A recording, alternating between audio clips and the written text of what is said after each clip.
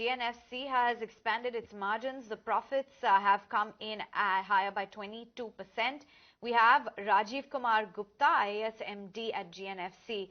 Thanks for joining in. Can you just tell us what really led to this 22% growth in your profits? What really improved the margins this time?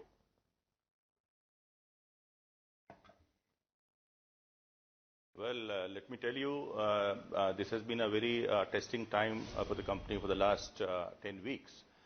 In the beginning of November, we had an unfortunate incident at the Dahej TDI plant, and we closed down that plant, and also as a matter of precaution, we closed down a similar plant at our Bharuch complex. And during the last 10 weeks, we have suffered a production loss of one of our costliest products, the TDI. Despite that, we have done very well in other segments, other chemical segments. We have done well in aniline. We have done well in acetic acid. And most importantly, it has been the fertilizer sector. After the Honorable Prime Minister gave the clarion call to the nation to go cashless, GNFC was the first company in the country to have embarked on a massive cashless sales of fertilizer. And through our 2,100 outlets, spread over whole of Gujarat, and now we are spreading to other 4 states also. We sold fertilizer through cashless means. We sold it through online shop, through mobile app, through POS machines, and through e-wallets. And I'm very happy to inform you that more than 121,000 farmers in a matter of just 50 days have purchased 1.5 million bags of fertilizer by cashless means.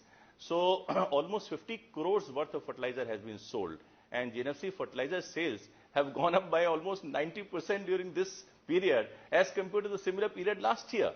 So GNFC has very conclusively broken the myth that the cashless transactions are difficult to be achieved in rural India. And this has been one of the main factors of our growth and performance during last quarter. And I'm happy and satisfied that we have done pretty well despite testing circumstances. That was good to know, really. So essentially what exactly has happened is whatever thrust on sales that has, of course, come in terms of selling to farmers, that, of course, has been hurt because of the TDI plant shutdowns and even the Bharuch plant shutdowns. What's your outlook on the TDI pricing going forward? Will you be taking any price hikes in the next 1 or 2 months? You see, TDI prices went as high as over 300,000 rupees per ton 2 months back. Now they have come down slightly to about, say, 2,30,000 to 2,50,000 rupees per ton. In the medium term, we expect the prices to stay this much, and we are soon going to start our TDI plant at Dahej. The HAZOP has been completed by one of the best agencies in the country, Lloyd's Register, and all their recommendations have been complied with, have been reviewed by our technology provider, Chemitur Engineering, and soon, in a matter of maybe 10 to 15 days, we hopefully should be starting that plant.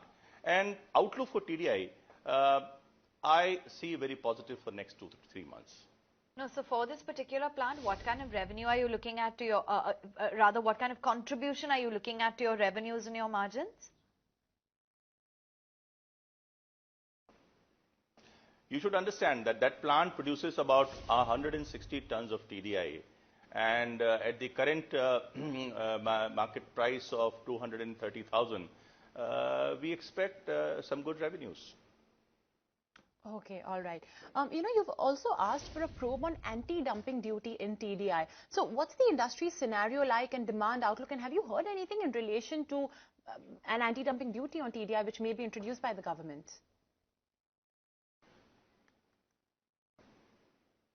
Well, since the quasi-judicial process has been going on, it is not proper for me to comment on that. But yes, the process is quite in an advanced stage. Okay. And also, can you tell us about what is your guidance for FY17? What are you penciling in?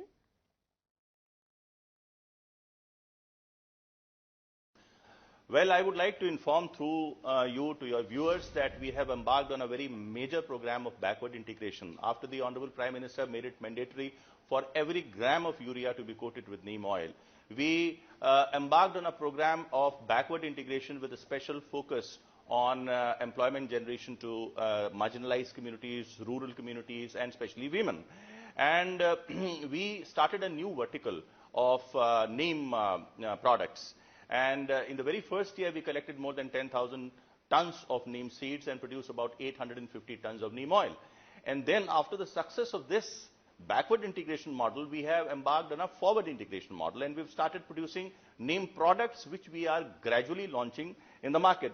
For instance, we have created a soap, and which is, I think, supposed to be the best neem soap in the country, and we have started marketing of this soap gradually. We have also started marketing of neem oil in small bottles. And not only that, we are a major supplier to many other fertilizer companies for neem oil.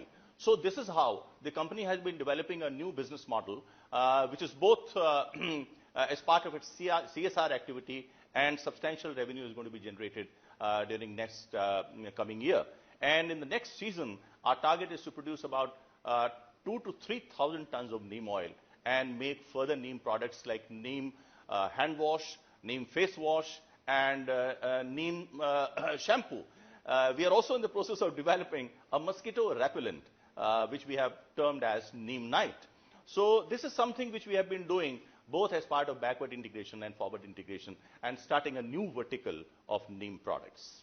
Okay, that's interesting to hear, and in fact we'll be waiting for those products to be launched.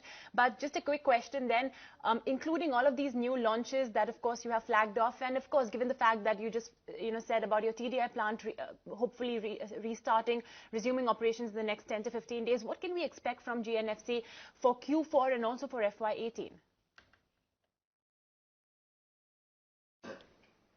Well, I can simply say, in a nutshell, things at this stage, with these circumstances, are going to be positive. All right, let you go on that note. New strategy in place, new products on the anvil. You sound very optimistic. All the very best, and we certainly hope, sir, to interact with you going forward as well.